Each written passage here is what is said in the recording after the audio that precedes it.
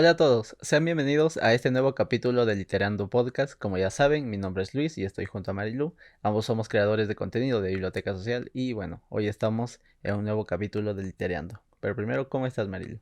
Yo muy bien, ¿y tú? La verdad es que bien. Qué bueno, eso me da mucho gusto. Pero bueno, cuéntanos, ¿de qué vamos a hablar hoy en Literando? Pues bueno, como pueden ver, estamos temáticos de Barbie, pero no vamos a hablar de Barbie, vamos a hablar de Oppenheimer y la bomba atómica de Paul Stranter.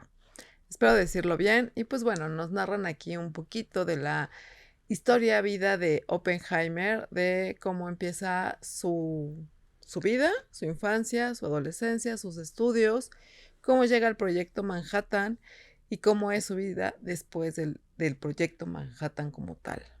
Lo que vamos a hacer es dar unas luces sobre lo que nos dice el libro y también sobre algunos hechos reales.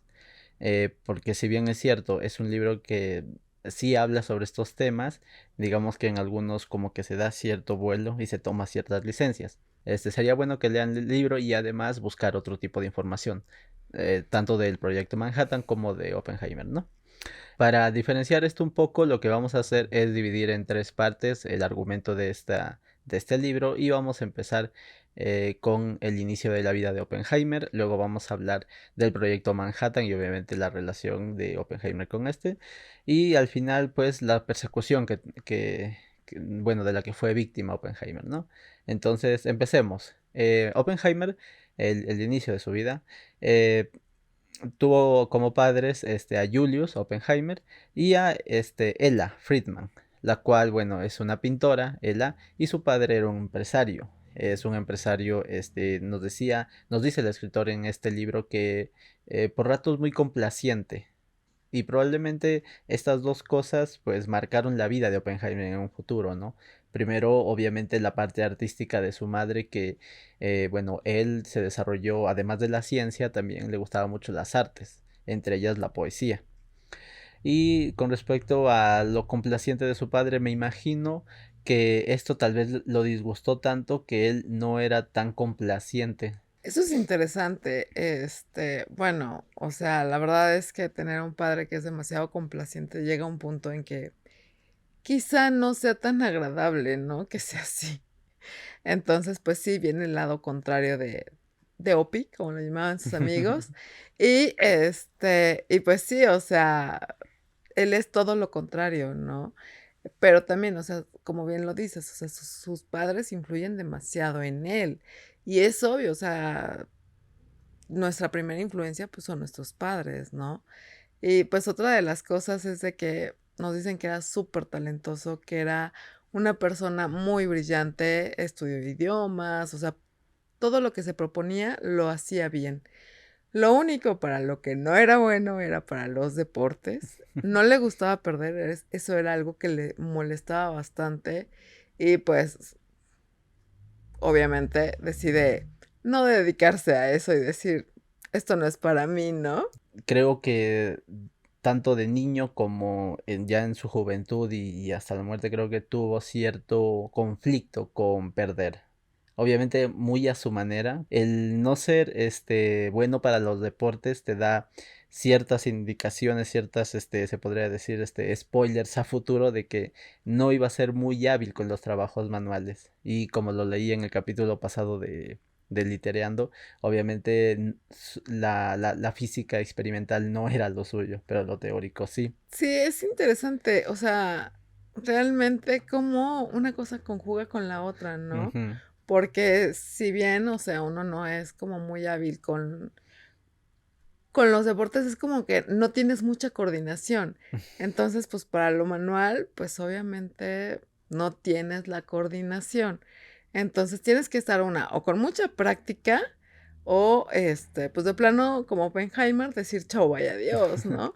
Pero también esto le trae problemas en su carrera. Obviamente, al ingresar ya al mundo de las ciencias, digamos que se empieza a acercar a estos científicos mucho más experimentados y mucho más reconocidos que él, ¿no? Entonces, obviamente, él se siente un poco, por un tanto opacado, pero por otro lado también ve esa brecha generacional que existe entre él y, bueno, se podría decir sus maestros, ¿no? Las personas que lo rodean, porque obviamente ya eran personas más grandes y obviamente como ya habían tenido más experiencia en la ciencia, pues obviamente se podría decir que le llevaban ventaja y también como lo leí en el capítulo pasado, él hace la entrevista con Rutherford y pues no se impresiona, a pesar de que pues Oppenheimer había hecho lo mejor posible, ¿no? Por impresionarlo.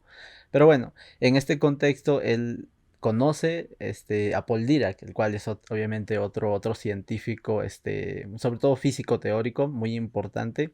Y obviamente, en ese contexto, en ese mundo en el cual se encuentran los dos, se hacen amigos. Es que aquí te faltó decir algo, que Oppenheimer no se llevaba con la gente de su edad, Ujú, siempre estaba con gente mayor y con exacto. ellos era con los que se llevaba Ujú, bien, pero llega Paul y es como de la misma edad y hacen una mancuerna y es como un tanto asombroso y tal vez hasta para el mismo Oppenheimer fue como sorpresivo de poder estar con una persona de su misma edad, porque él ya ujú, se había resignado a no llevarse bien con ellos, ujú. ¿no? Entonces, pues sí, hacen una muy buena mancuerna. Como sucede en muchas cosas, creo yo, a veces buscas esa sabiduría que tienen las personas mayores. Y más en ciencia, o sea, sobre todo teniendo a físicos de la talla de Bohr, por ejemplo, ahí cerca, o a al mismo Rutherford, ¿no?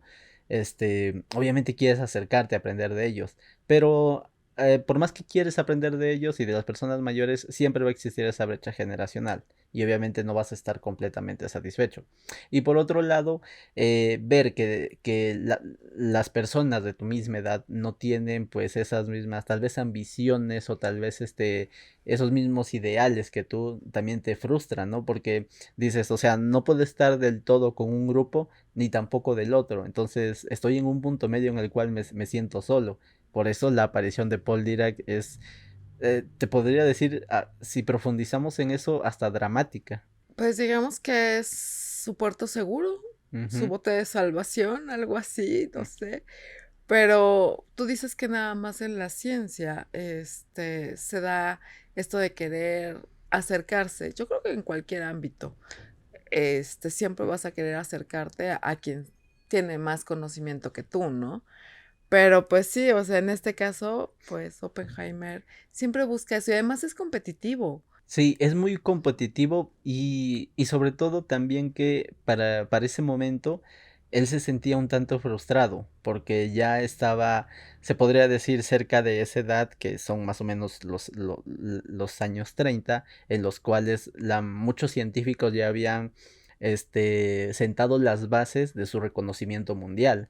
Ahí tienes, por ejemplo, al mismo Albert Einstein, que antes de los 30 ya había hecho su teoría de la relatividad. Y por ejemplo, también Bohr, su modelo del átomo, por ejemplo. Entonces, obviamente, está en ese momento en el cual necesita definir cuál va a ser, en primer lugar, su campo exacto y en segundo, cuál va a ser su aporte exacto para la ciencia. Entonces, él no se encontraba. Y obviamente esto crea en él una frustración y es lo que el escritor nos va contando. Sí, justamente lo lleva a renunciar a la física práctica y se va por la física teórica Exacto. como tal, ¿no? Entonces, pues ahí define que él es bueno para la teoría, que la práctica no se le da. Y eso también, o sea, el mismo camino te va dando un ejemplo de en qué eres bueno y en qué no, y qué puedes tú hacer, ¿no? Entonces, pues aquí con Oppenheimer, pues se ve, ¿no? Que la práctica no hizo al maestro, pero la teoría La sí. teoría hizo al maestro. Sí. Pasamos la siguiente parte, que es justamente el proyecto Manhattan.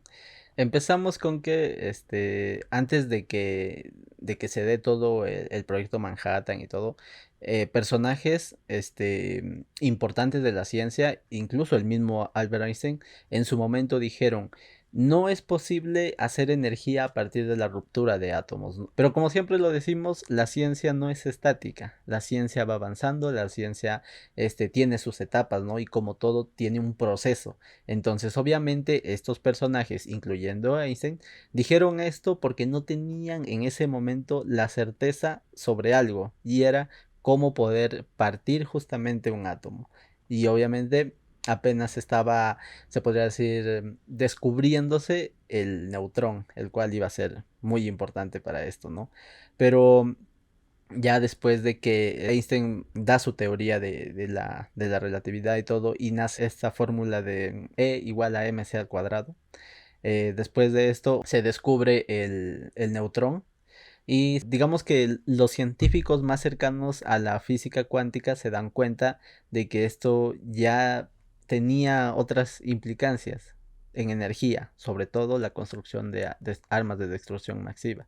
Entonces, obviamente en este contexto, otro científico llamado Szilard y Einstein escriben una carta. Esta carta va dirigida obviamente al presidente Roosevelt, y le dicen, todo esto va a desencadenar en el hecho de que se puedan crear armas de destrucción masiva, entre ellas una bomba atómica.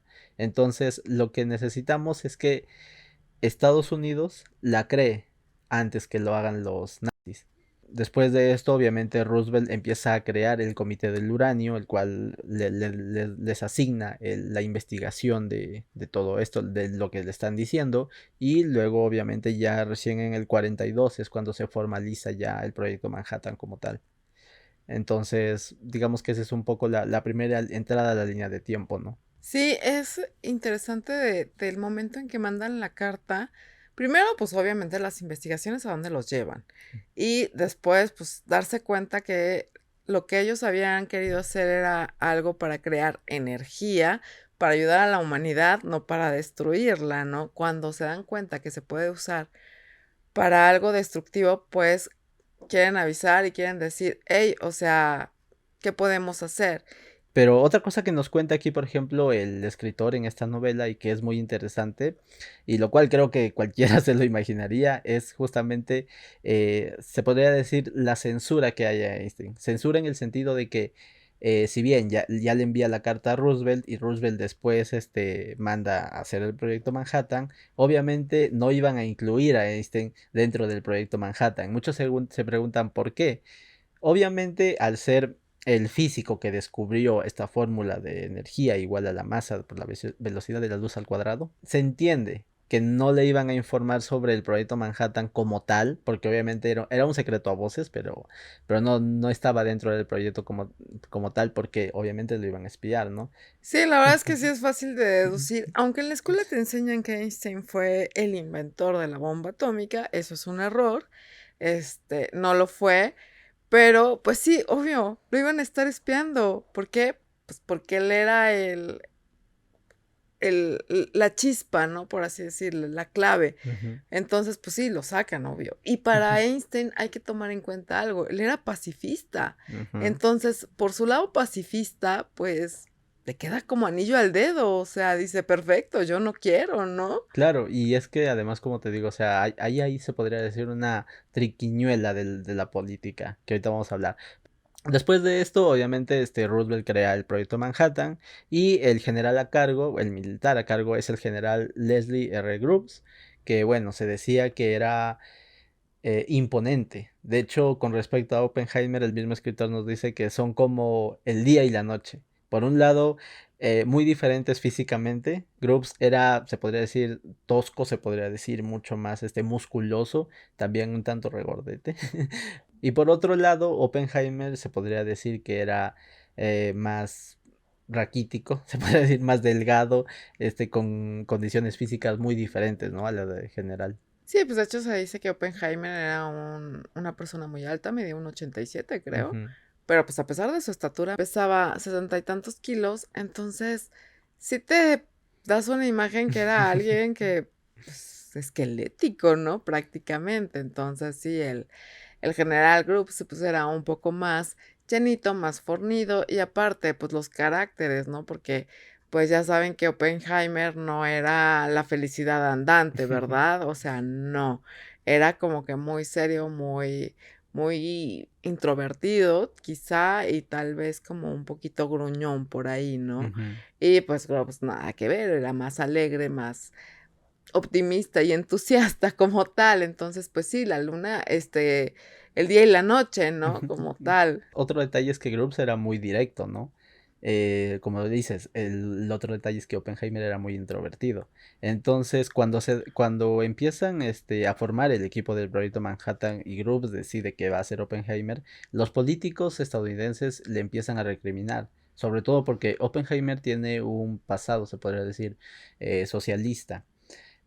Obviamente también decir socialismo en Estados Unidos, o sea, es una exageración porque eh, de hecho incluso fuera de Estados Unidos, con tal de que digas, no sé, me gustaría tener mejor sistema de salud, ya te tachan de socialista, de comunista. O sea, desde ahí empezamos con la ridiculez, ¿no?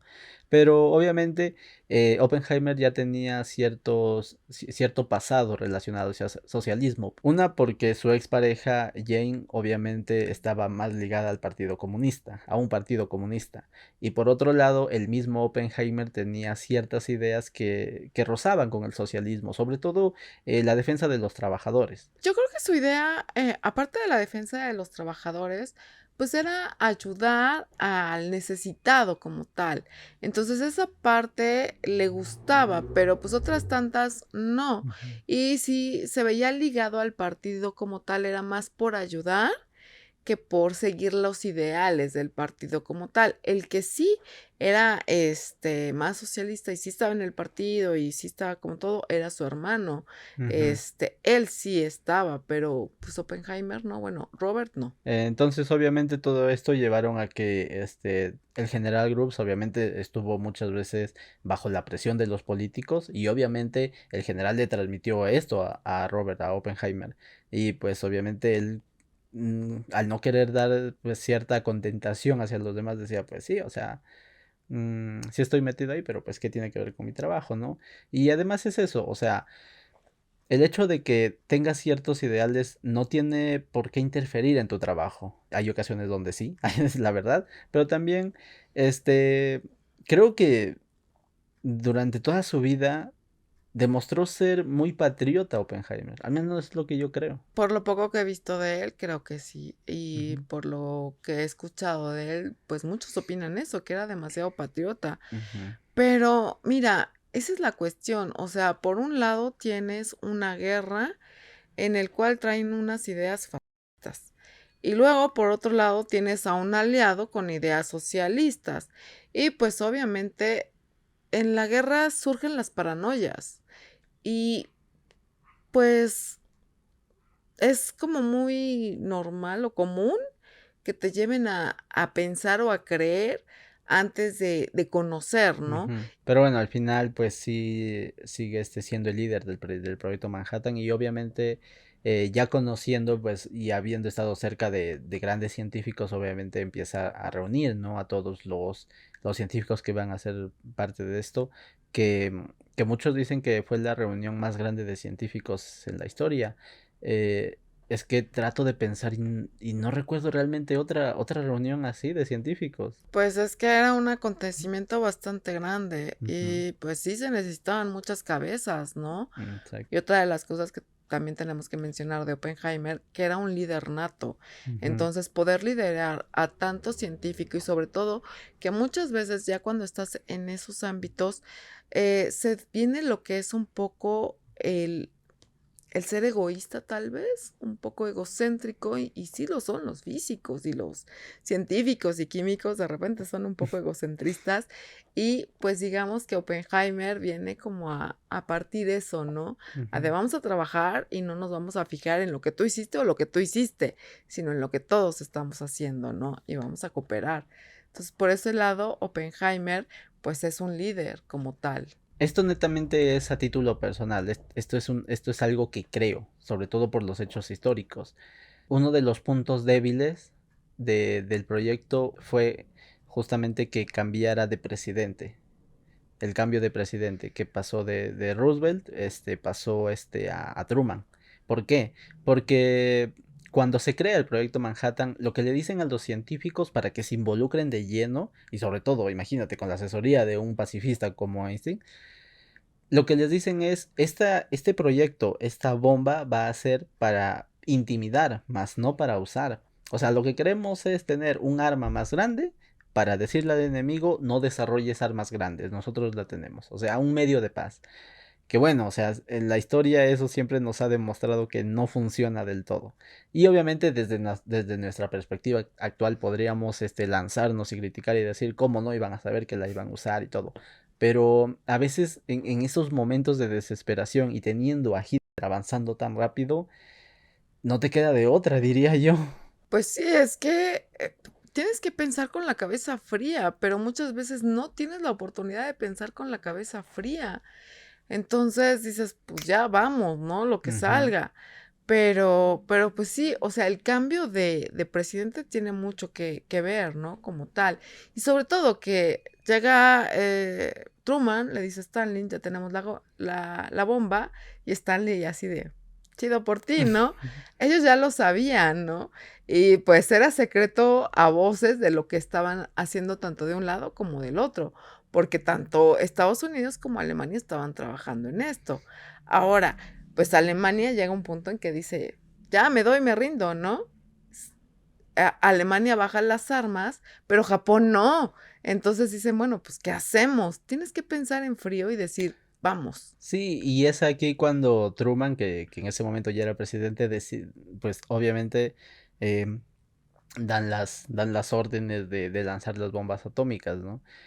Y te preguntas, o sea, hay muchas teorías, sobre que sí era necesario lanzar las bombas, otras dicen que no. Yo pienso que tal vez con la dirección de Roosevelt no hubiesen sido necesarias el lanzar las bombas. Y quién sabe, tal vez se hubiese llegado de una forma más pacífica a terminar con la guerra.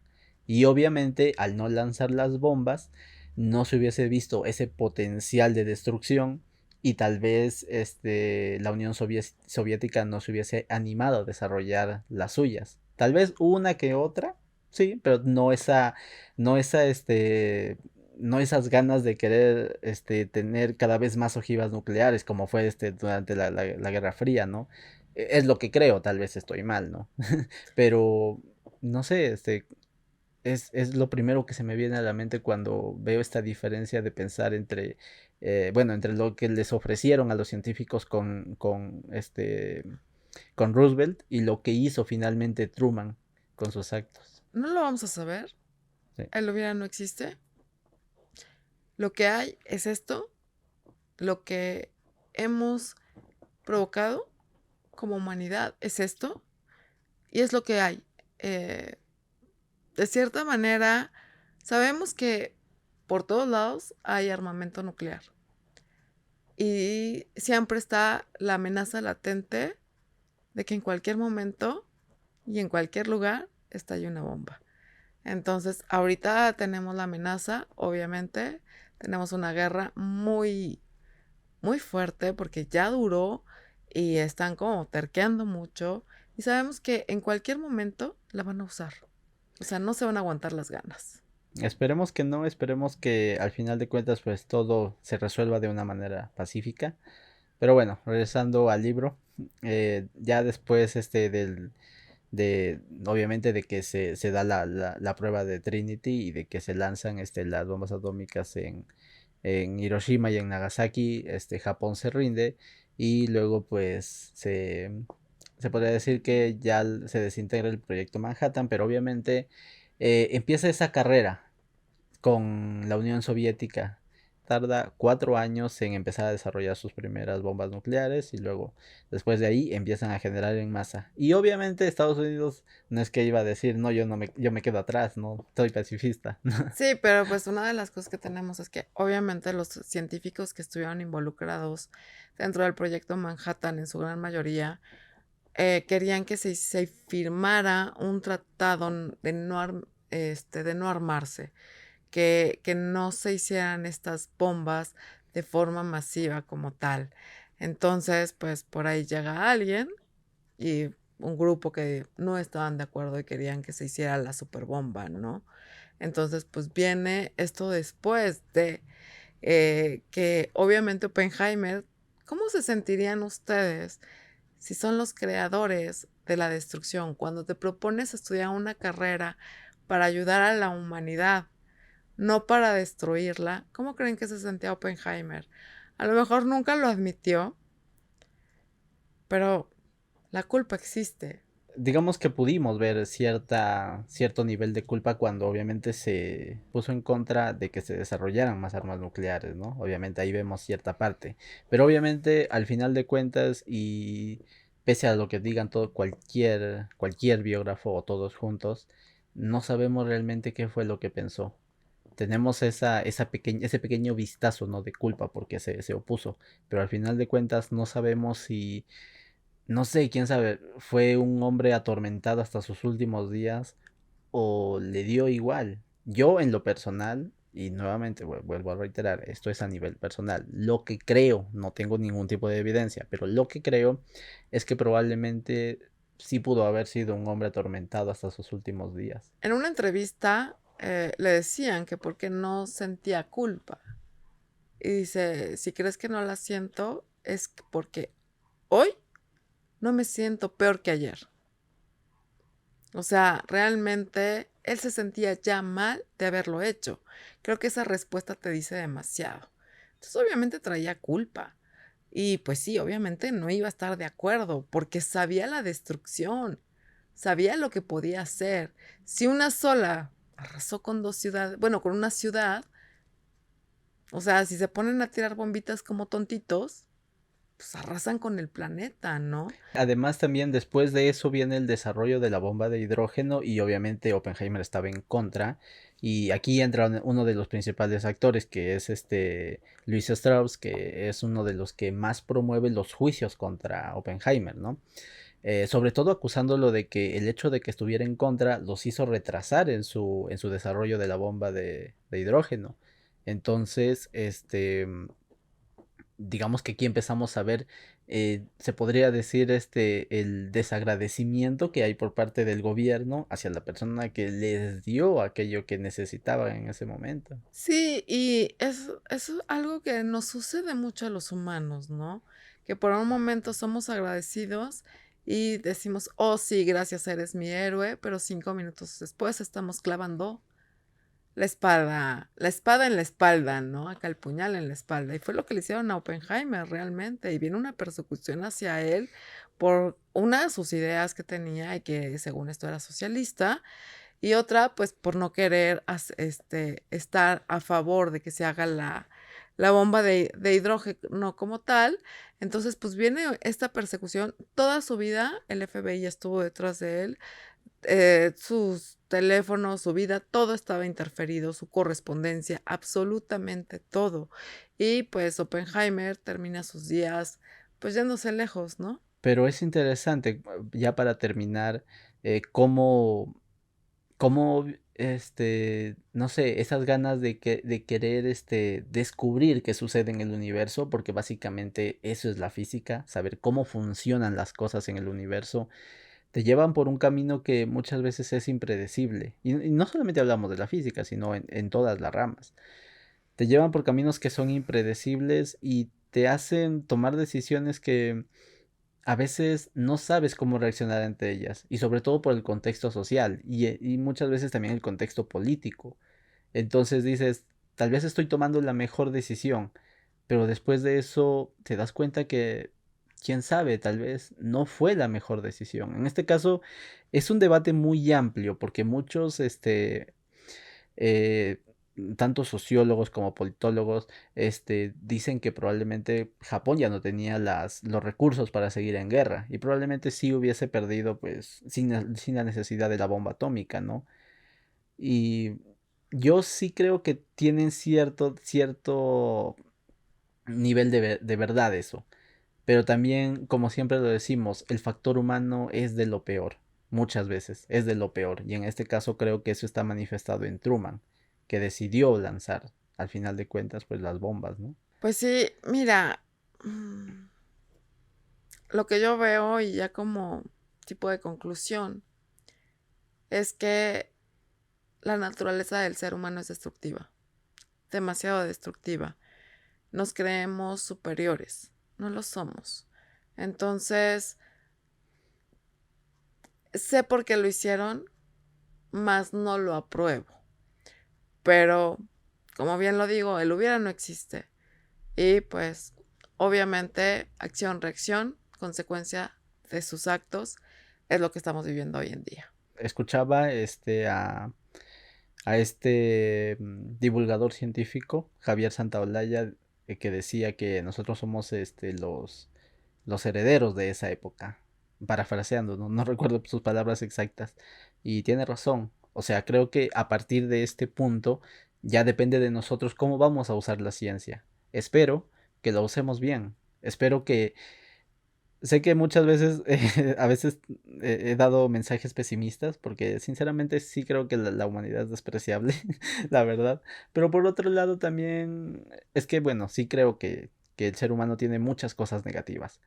Pero también creo que haciendo un consenso, sabiendo resaltar las cosas buenas que podemos hacer sobre las malas, podemos llegar a usar esa tecnología y la ciencia en general para hacer cosas buenas. Y espero que en un futuro, cuando el sol destruya nuestro sistema, espero que la humanidad de ese tiempo vaya a otro planeta y lo sepa aprovechar y vivan de la mejor manera, sobre todo sin necesidad de guerras, sabiendo ya que tienen todos los antecedentes negativos históricos que hemos creado hasta ahora, pero reflexionando, dejando las diferencias a un lado y sabiendo unirse. Esperemos que sí. Y de hecho, creo en la humanidad. Creo que tenemos un buen corazón. A pesar de que sí somos muy destructivos, sí, creo que podemos hacer algo hoy. Y si hemos cambiado en muchos aspectos, creo que podemos seguir cambiando y mejorar. Eso realmente sería maravilloso. Yo sé que suena un tanto utópico, Idílico, tal vez. idílico, pero no imposible. No imposible. Entonces, pues bueno, yo creo que ha sido todo por este capítulo.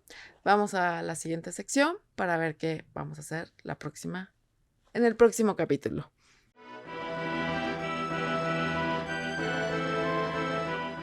Y bueno, ya estamos de regreso. La verdad es que nos apasionamos un poco por el tema, se nos olvidaron mencionar algunas cosas sobre el libro. Una disculpa, pero bueno, al final de cuentas, como siempre decimos, léanlo por favor y también si quieren investiguen sobre Oppenheimer, sobre el proyecto Manhattan y todo, ¿no? Por su propia cuenta. Eso siempre es bueno, independientemente de las opiniones. Pero bueno, cuéntanos, Marilu, ¿qué vamos a hacer en el próximo capítulo de Litereando? En el próximo capítulo de Literando, pues vamos a hablar de un libro que se llama El cojo y el loco de Jaime Bailey. Y pues bueno, ya saben que siempre les leemos un pedazo, un pequeño fragmento para que se vayan interesando en la lectura como tal. Y pues bueno, aquí voy. El cojo no nació cojo, nació jodido, pero eso no lo sabían sus padres, ni por supuesto él mismo. No nació jodido porque sus padres fuesen pobres o no lo quisieran. Sus padres tenían dinero y lo esperaban con amor. Nació jodido porque su destino era el de ser cojo. Cojo desde niño, y que sus padres se avergonzaran de él y lo escondieran de sus amigos y lo trataran como a un apestado. Eso, tener una pierna más corta que la otra y ser indeseable en su propia familia, le jodió la vida. Vamos a ver cómo se desarrolla esta historia. La verdad es que hace mucho tiempo que he querido leer esta historia. Ya he leído otros libros de Jaime Bailey y me gusta mucho cómo escribe, pero bueno, vamos a ver, ¿no? Pues yo tenía mucha curiosidad de leer algo de Jaime Bailey y bueno, pues aquí estamos ya para quitarme esa curiosidad. Y pues bueno, si tienen algo que comentarnos con respecto al capítulo, sus ideas, cualquier cosa, pues por favor en los comentarios. Además eso nos ayuda, pues obviamente a llegar a mucha más gente y que el algoritmo nos consienta. Por favor, pues regálenos likes, suscríbanse al canal, apóyennos en nuestros proyectos, por favor. Y pues ya saben que nos pueden seguir en Twitter, Facebook, Instagram. Bueno, ya no es Twitter, ya es Ya no X. existe. Oh, sí, cierto. Bueno, en X, Facebook, Instagram, Spotify, YouTube y pues bueno, Y también TikTok. Ah, sí, cierto, TikTok también. Y en nuestras redes individuales, a mí como Marilu-PS. Y a mí como Lil Barber también. Yo creo que ya pronto voy a abrir TikTok. Recuerden también suscribirse y apoyarnos, ¿no? Eso nos ayuda mucho. Pero bueno, esperamos que les haya gustado esta lectura, que puedan leer la próxima lectura para el próximo capítulo de Litereando, que vamos a ver cuándo sale. Pero bueno, esperamos que también nos dejen opiniones y ya saben, todo lo que puedan aportarnos, ¿no? Pero en fin, esto ha sido todo por este capítulo y nos vemos en el siguiente. Bye.